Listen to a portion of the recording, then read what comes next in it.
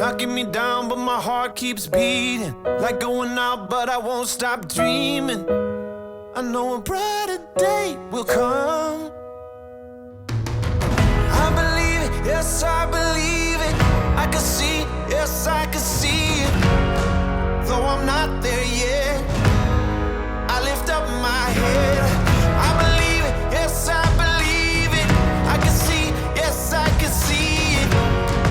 Every bruise and every scar makes us who we are. Who we are. Who we are.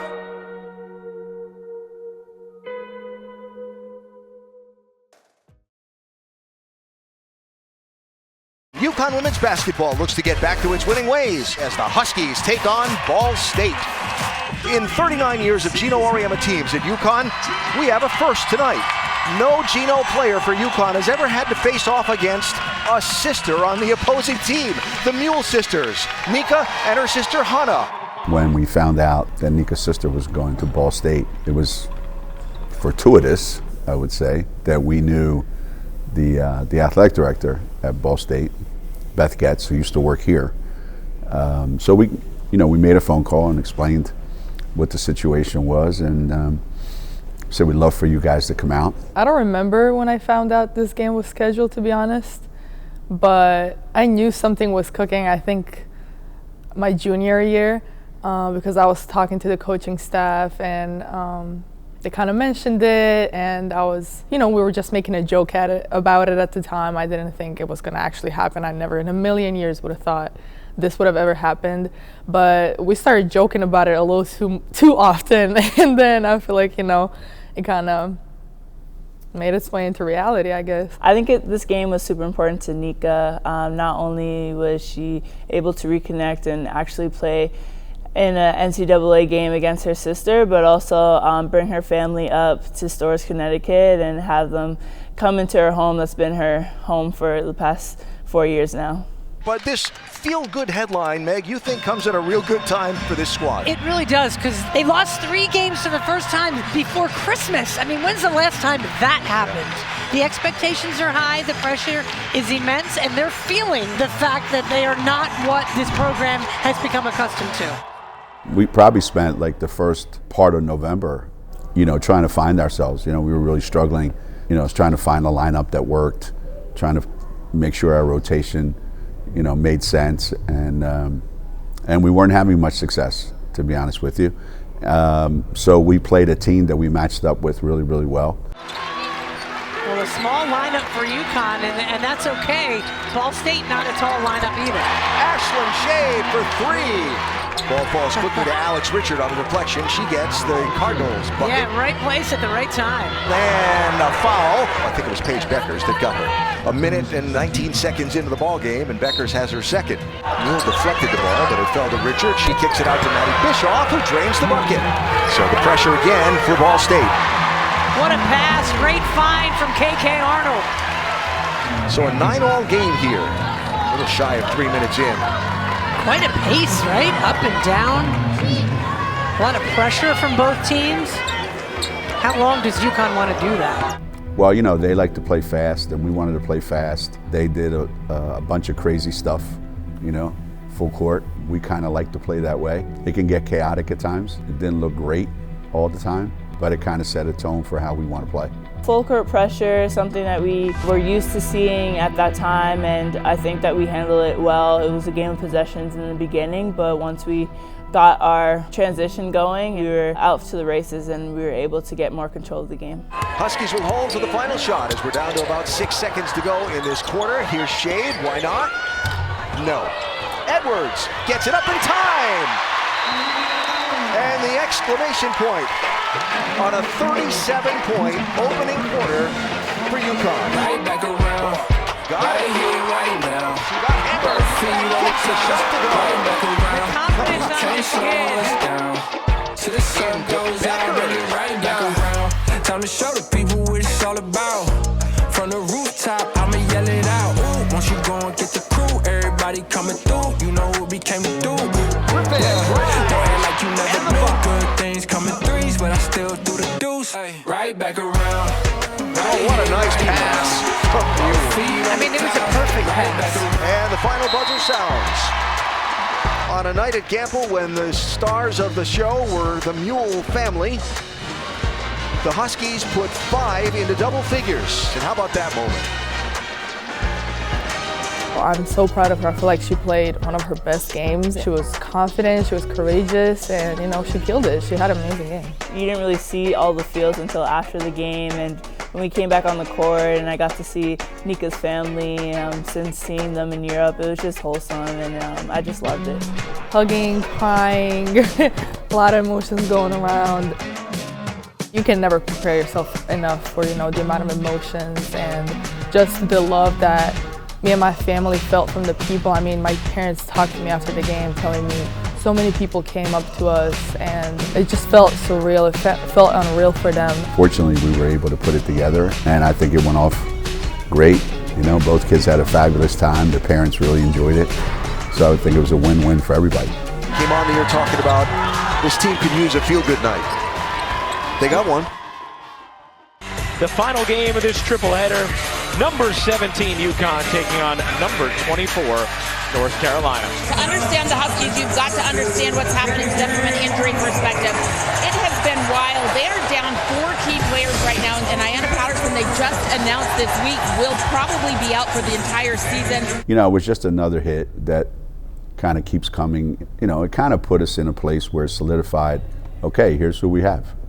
This is how it's going to be. Losing everybody that we've lost this year already has been a huge punch in the face for us, and it's been very hard, obviously, mentally, physically. We keep being thrown different challenges that we have to face and overcome, but at the same time, the love and support from each of our teammates is always there, and we're keeping the energy up. So going into this UNC game, we knew that we were playing at home, so we'll have the crowd to give us that energy, but we also need a boost from ourselves.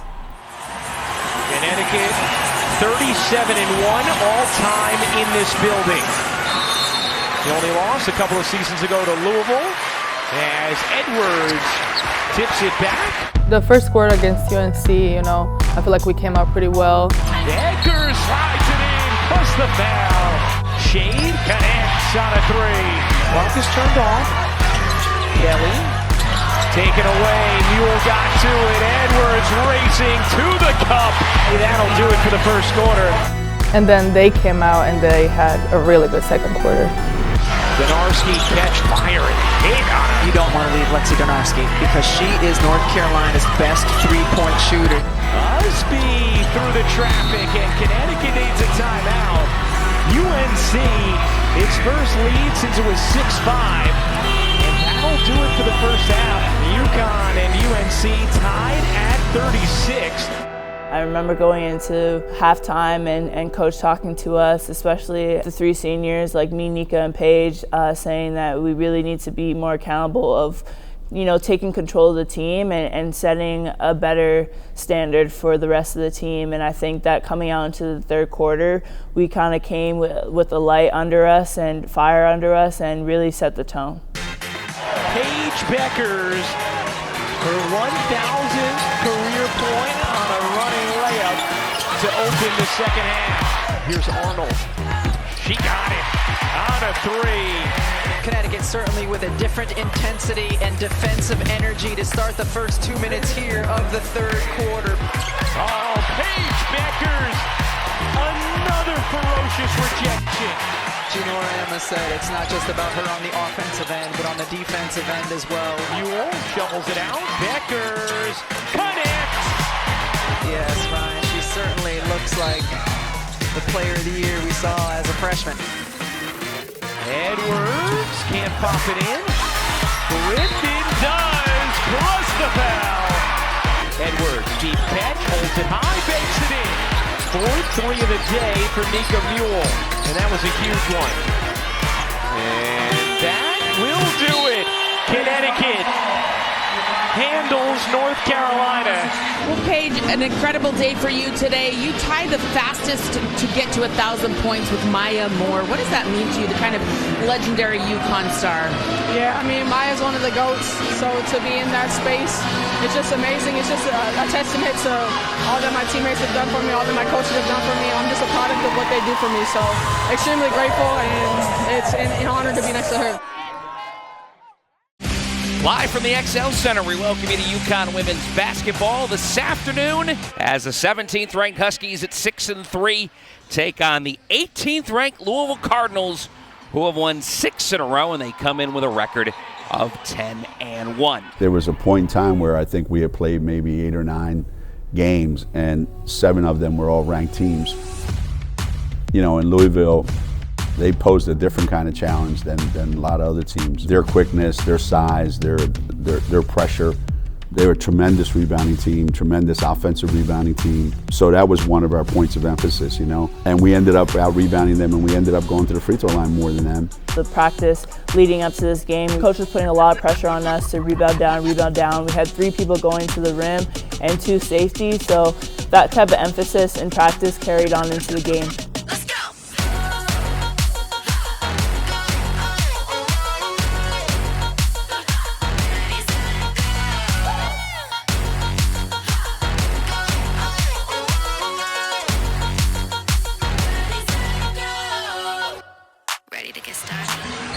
So UConn has numbers. Here's Griffin, strong to the hoop.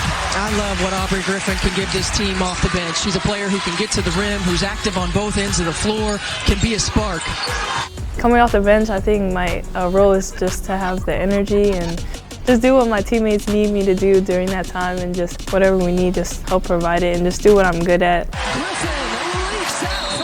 She changes the game when she comes in, you know. The energy that she brings, no one else can do it.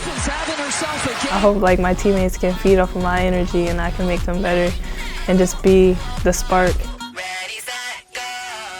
I think everyone got to see in that game just, you know, the unbelievable potential that she has and how much she can impact our team. Aubrey's just amazing, and I don't think anybody can guard her. I don't think anybody can stop her. And when you have Aubrey like that, I mean, I don't know how we can lose. Aubrey's a monster! And good evening from the basketball capital of the world. We get ready to begin the conference portion of UConn's season with a record of 7-3, but the road to another conference championship is not going to be an easy one, certainly not according to Gino. No, the Big East is tough. Look at the net rank, how many teams in the top 100. It's going to be a dogfight. I love the Big East. 5 teams in the top 50, 8 teams in the top 100. That's out of 360 Division I teams. Big East this year is competitive. I would say maybe competitive as ever. It's really good for us to play these conference games, and each time we play them, just like learning how to beat them again, you know, because it's hard to beat a team 2 times, 3 times in a row. I'm from Indiana, so Butler's not too far from where I live. It's probably like 30 minutes away. I know a couple girls on the team. I played them in high school, so it was kind of like a surreal moment for me, being like, wow, I'm like a freshman in college. I'm playing like girls I played in high school and kind of grew up with, so it was fun. And we're underway in downtown Hartford. Shade runs, takes the pass, and gets it to go. First fist pump of the day for Ashlyn Shade. Not many people come to UConn as a freshman and get to like have the starting spot in these minutes, so I'm super grateful for like this opportunity that's been given to me, and it's just unreal. If we hadn't lost AZ and Caroline, she wouldn't be playing this many minutes. You know, she would be perfectly happy come off the bench and give AZ or Caroline a breather. But being thrown into that scenario, it's taken her a little bit of time to get acclimated, but she's adjusting to it beautifully. It's time for me. Line Shade from the corner for 3. Ashlyn has been amazing for us this year, and she's just a freshman, but you know, she's not your ordinary freshman, and I feel like she's been proving that. I know it for sure. You better believe my moment is here. It's my destiny. It's time for me. How efficiently she moves. No wasted motion. And Shade again with a big smile on her face. Once she sinks in that shot, she feels such a reward, and I think that smile really just came from a relief of, yes, let's go. Oh, I'm having a blast. It's been so much fun just playing all the games with this team. Like, we're connecting, we're playing really great basketball, and it's just so much fun to be out there. It's time for me. So next up, we have my homecoming game in TMU in Canada. Wow, just all the feels going into this game. Super excited, super stoked, and also just grateful for Coach and UConn to put this up for me. The school that we played, Toronto Metropolitan, I knew that they were always good. They were always Canadian champions. So when we contacted them and asked them, they said that, yes, absolutely. They got a big crowd, it was sold out. It was an amazing thing to see all those people come watch us. Just the outreach that she has over there in Canada. Oh, so many families, so many friends. A lot of people I played club basketball with growing up, opponents I played against, teammates I played with. It was just super fun, and I think the beautiful thing about it was a lot of the next generation and the little girls, after the game, they came and saw me and praised me, and I'm just glad to be that impact for them. I'm sure she's gonna one day go down as one of the legends of Canadian basketball, so it was an amazing thing for me to witness that and be a part of it. Aaliyah's friends and family were all there, and it was a blast for everyone. It was a great way to send everybody home for the holidays. Yeah, so we had a bit of a break after that game. We got to go home for Christmas. It was my first time being home since probably the start of the year, so that was the longest time I've been away from home. And then when we got back here, we got back to work, got back to practice to prepare for Marquette. Preparing for Marquette was kind of difficult because we were coming off the holidays and we hadn't done anything. So we had 7 or 8 days without playing a game, and that's unusual. And preparing for Marquette's not easy because we're at a little bit of a disadvantage with our starting lineup because we're smaller, but we can turn that into an advantage by playing quicker. And that's kind of the way the game ended up, but it didn't start out that way. Obviously, we get down 10-0 in the first 2.5 minutes. All your worst nightmares are starting to come true. And again, once our defense locked in and Paige and Aaliyah started to assert themselves, again, I didn't expect the final score to be what it was. We just played so well, and everybody played well. Everybody contributed. Everyone played their role about as perfect as I would hope that they would play it. They're the best team in the league by record-wise, so beating them was really important, especially winning that game at home. Because now we got to follow it up with, in a couple of days, now we're at Creighton, the next best team. So that's a ranked team against Marquette, and now another ranked team against Creighton, and just seems like it never ends.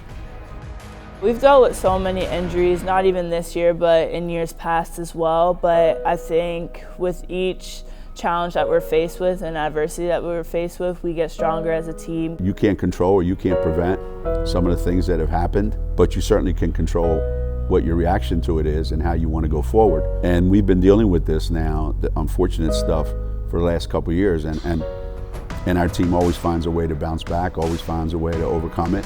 I 100% believe in this team, and I always have. Even if everybody gets injured and we're down to one player that's playing on the court, I still 100% believe in this team, and nothing's ever gonna make me say different.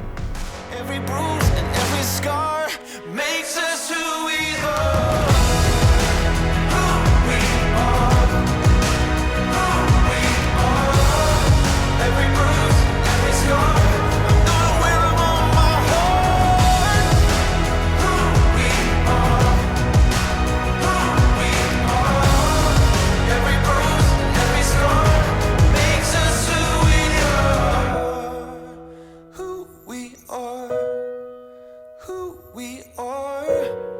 Every bruise and every scar makes us who we are.